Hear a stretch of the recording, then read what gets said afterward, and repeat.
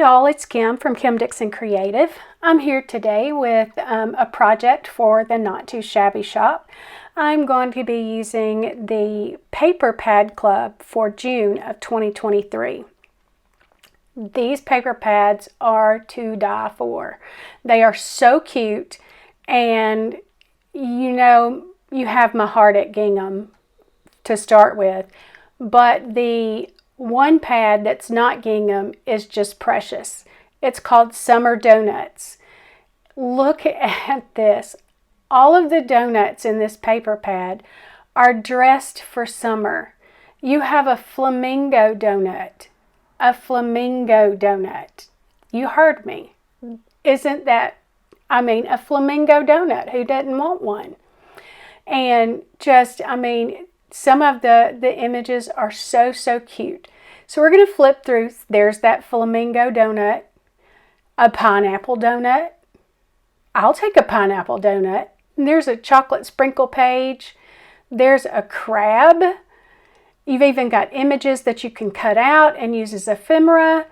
You've got some pages that could be used for card fronts or maybe even mini album covers. That page right there would be precious as a mini album cover. And they're just, so with that one, they're just too cute. So cute. Then the other paper pad that we have is called Summer Gingham. And so you have all of this array of gingham patterns and summery colors. But just remember, just because we call it summer ginghams doesn't mean you have to only use it in the summer. These colors will carry you through different seasons and different holidays. So, and each piece has, you've got like red on one side and on the other side is red, but it's a little bit different. Maybe it's a lighter color or it's a different pattern of gingham where you have more of a darker background or something of that nature on every one of these. And the yellow, the yellow is just so pretty. And so is the blue. The blue would make a precious little baby boy card. So what we're going to do, we are going to do a little bit of a flashback on a sheet load of cards back to November of 2020. The sheet load of cards, as you probably know, is a brainchild of our friend Crafty, and she typically comes out with these once a month, and it gives you the cutting directions to use only just a few sheets of paper to make 6, 8, 9 cards. This particular one is 6. And so I've got all my pieces. It gives you the cutting dimensions. I've got all my pieces cut. And what I'm going to do, it called for that circle sentiment there on the front. I'm going to use a circle die to cut out 6 of these funny little donuts that come in the paper pack. He's ready to go swimming. He's got his little goggles and everything. And then there's the flamingo. I told y'all there was a flamingo in here. And so that's what I'm going to use for my circle sentiment on the front is these images. I'm going to use the ephemera. So I'm going to take a little piece of washi tape and tape down where I want my die to go. If I can get my washi tape to get started here. I know that's pretty washi tape. I don't use washi tape in my card making. A lot of people do and it looks great. I just never have. But I do use it for such as this. So I've got all my little dies cut out, my little circles, and got them sitting there in front. And then what I'm going to do is I'll go through and just kind of put my little packages together, for lack of a better word. I'll take my little green background piece and then all my little pieces that I want, I'll put them together. So I'm just going to look at my diagram one more time, make sure I have everything that I need. And I've got all that checked off. I've got everything cut that I need. Now I'm going to look at my diagram on the front. And the good thing about the way Crafty Owl does these is that picture there on the front is the actual size of the A2 card that we're going to make. So if you're wondering about any of your dimensions, you can check it there. Now, one thing I did notice is I cut pattern piece A incorrectly. I cut it at 1 1/4 by 2 3/4, and it's only supposed to be 1 1/8. But I make it work. If I remember right, when I did this before, back in November of 2020, I did the exact same thing. So you'll see in a little bit where there should be a little bit of a gap in between those two vertical pieces on the top. There should be a little bit of an opening, a little gap there, but there's not because of my snafu when I cut things. And I really didn't realize what I'd done until after I got through gluing all my pieces down, and I thought, oh man, I bet that's what I did. And yeah, that's what I did. So I've yet to do a sheet load of cards that I don't mess something up. I've yet to do any card that I don't mess something up almost every time. So but you know, that's the way it is, and I made it work, and I've called it, you know, my take on the creation. So here, you know, we're just going to go through, and I picked out 3 different papers out of the paper pad from the Summer Donuts, or two pieces from Summer Donuts and 1 piece from the Summer Ginghams. I pulled out that green piece from Summer Ginghams.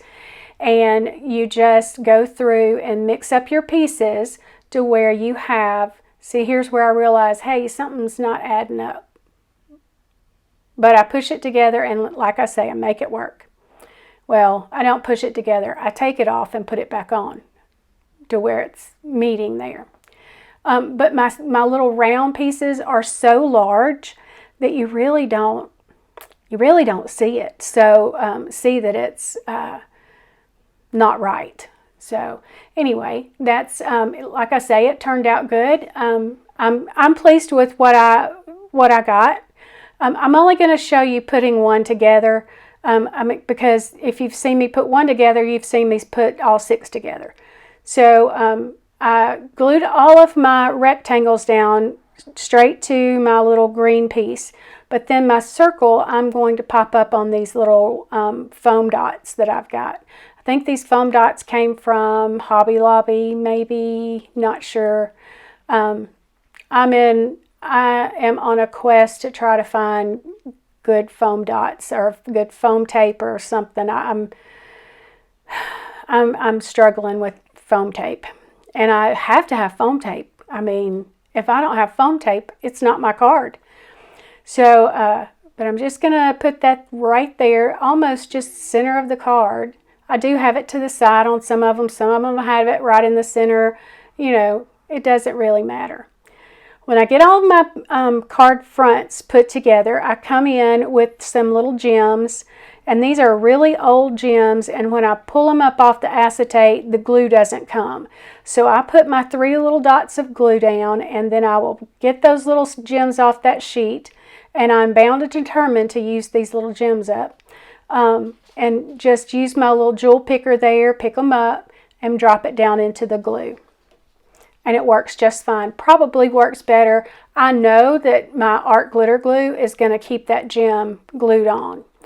Now I'm going to pull out my new little gadget, my little mini laser level, and I've got it set at the bottom at a 1/2 inch, because that's what you should have, 1/2 inch border all the way around, and I can kind of eyeball where it's going as far as the left and right hand side, and then use my little laser line there to get it lined up on the bottom. And I have to say, they went together very quickly, and I was very pleased with how straight they were and how even. I did use a little piece of tape on the inside of each card base as I was gluing down my little card fronts, because this is really thick cardstock, and I wanted to make sure that it stayed closed. And so I just got a little piece of mint tape and glued that down, or stuck it down while I was gluing my panels down.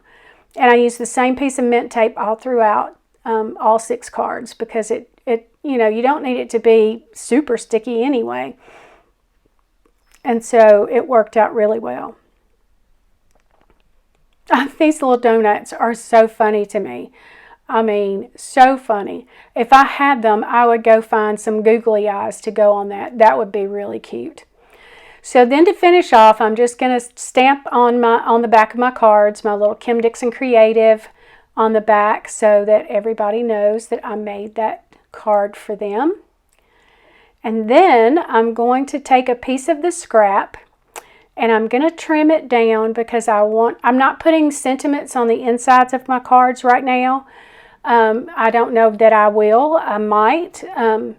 But just to have a little something on the inside from the outside, I'm going to take a piece of that green gingham and just cut little 1/2-inch strips to make little flag banners to go on the inside. I can't remember, that little piece of cardstock, that little piece of pattern paper was left over. I think it was like 1 3/4 inches, and I cut it in half and then cut 1/2-inch strips, and that worked out perfectly. So 1 1/2 would be, I can't remember what it was, whatever it was. I would have to do the math again. I do 8s, okay, but I have to think about it. So yeah, now I'm just going to stick it back in here, or I think I'm going to stick it back in there, and then I realized, hey, cutting that into 1/2-inch pieces with this guillotine trimmer is not going to be my friend. So I don't know why, I keep trying to make myself use that guillotine trimmer, and I keep going back to my Dress My Craft because I can cut everything with it. I can figure out all sizes with it. So if it's kind of small, it's easier sometimes to cut to the right of your blade. And that's what I'm doing here, is I'm putting it in and just measuring the 1/2-inch from the cut line to, or 1/2-inch into the cut line. And my little strip is getting cut over to the right rather than to the left, which is what we typically do. And if it was anything bigger than 1.5 inches, that's what I'd have to do. And they're probably not perfect, but I don't care. They're close enough for me. So now I'm going to make little flag banners on the ends and little fishtail banners. I'm going to get my little cutter bees, and I'm just going to cut a little slit in the bottom, in the middle, and then from each corner up to the tip of my little slice that I made there. And then go back and straighten that one up because I didn't get it right. Let's do another one. So you're going to just go to the middle, slice up a little way, and then from the corner to the top of the slice, and that corner to the top of the slice. Just like that. And they come out perfect almost every time. And I'm just going to go in and glue them to the insides of my cards on the top left, on the inside. And that'll just give a little interest on the inside. And when I get ready to give the card, I can, I can either stamp a sentiment in there, or I can just write what I want to write in there.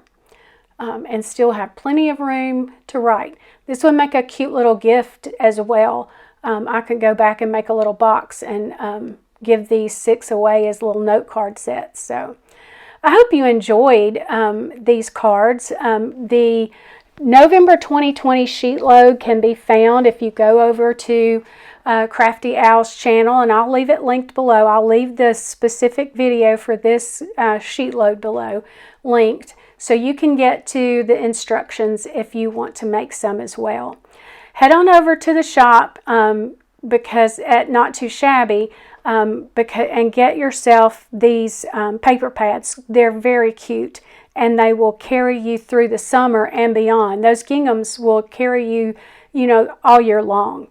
I hope you enjoyed today's video, and I can't wait to see you again. Thank you for being a part of this amazing community. It's an absolute joy sharing my passion for paper crafting with all of you. Joining our YouTube community is easy. Simply click the subscribe button and hit the notification bell to stay updated with the latest videos. Don't forget to engage with the content by liking, sharing, and leaving comments. Your participation makes this channel thrive and grow. Please remember this: our God is a creative God. He created us in His image, which makes us creative as well.